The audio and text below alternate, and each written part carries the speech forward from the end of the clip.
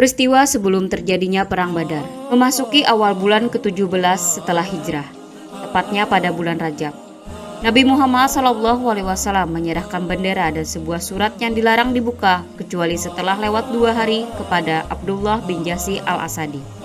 Bersama dengan 8 Persi lain, 12 prajurit, Abdullah bin Jahsy berangkat untuk melaksanakan tugas yang diterimanya.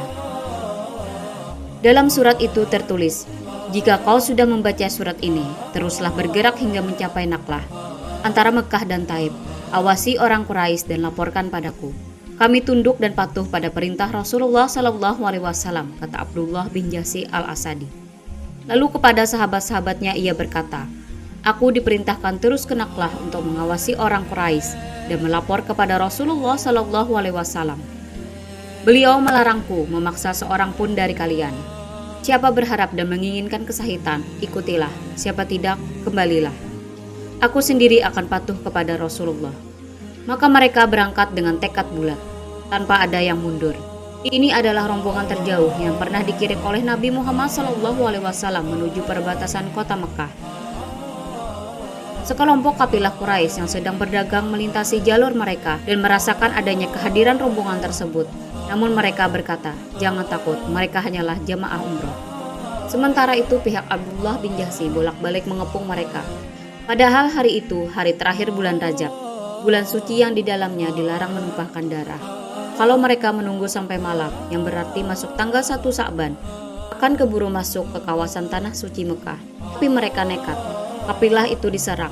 Pimpinan kapilah Am bin Hadrami dibunuh. Kapilah digiring, 2 orang ditawan, sisanya berhasil lolos. Nabi SAW sangat marah mengetahui peristiwa itu. "Aku tidak memerintahkan kalian berperang pada bulan suci," sesal beliau. Nabi SAW sebenarnya hanya berniat mengetahui posisi kaum Quraisy dan ingin mengirim surat kepada mereka. Namun rencana itu harus ditunda.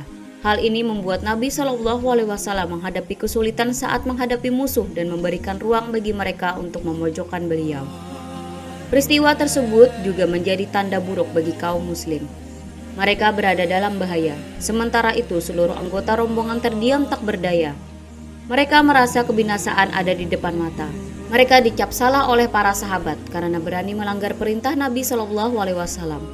Jauh di sana, musuh sedang memanfaatkan kejadian tersebut untuk merancang suatu rencana. Mereka memandang tindakan Muhammad sudah kelewatan. Mereka marah dan terguncang. Muhammad dan sahabat-sahabatnya telah menghalalkan pertempuran darah di bulan suci. Mereka menjarah harta dan menawan orang. Kaum Yahudi gembira, mereka mencium gelagat sebentar lagi fitnah akan membara. Orang-orang berdatangan, rombongan Abdullah bin Jahsy sedih bukan kepalang. Kemudian turunlah wahyu.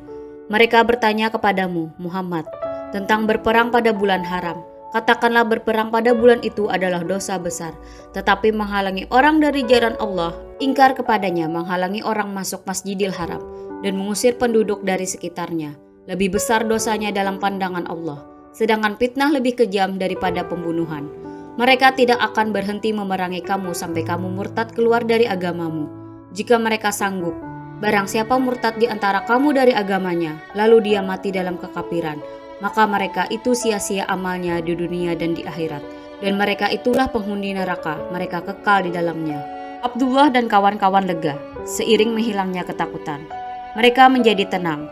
Nabi SAW menerima kapilah dan 2 tawanan, Utsman bin Abdullah dan Al-Hakam bin Kaisan. Kaum Quraisy mengirim utusan untuk menebus kedua tawanan itu. Tapi Nabi SAW menunggu Sa'ad bin Abi Waqqas dan Utsman bin Gazawan pulang.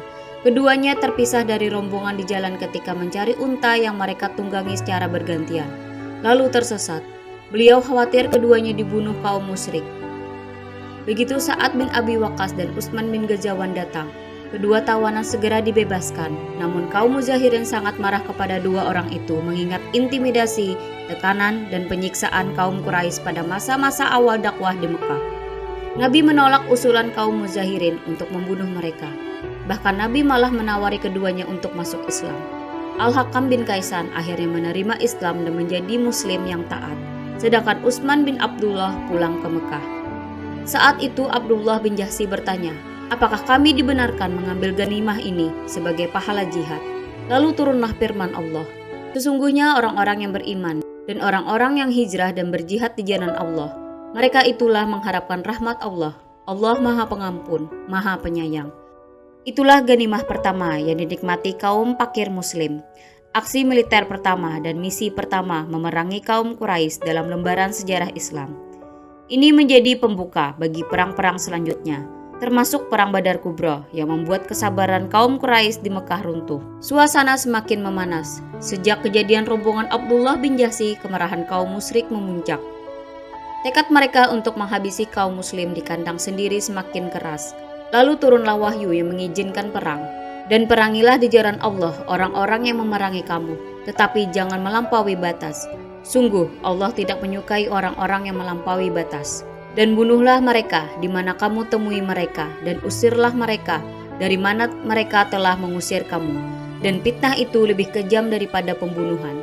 Dan janganlah kamu memerangi mereka di Masjidil Haram, kecuali jika mereka memerangi kamu di tempat itu. Jika mereka memerangi kamu, maka perangilah mereka.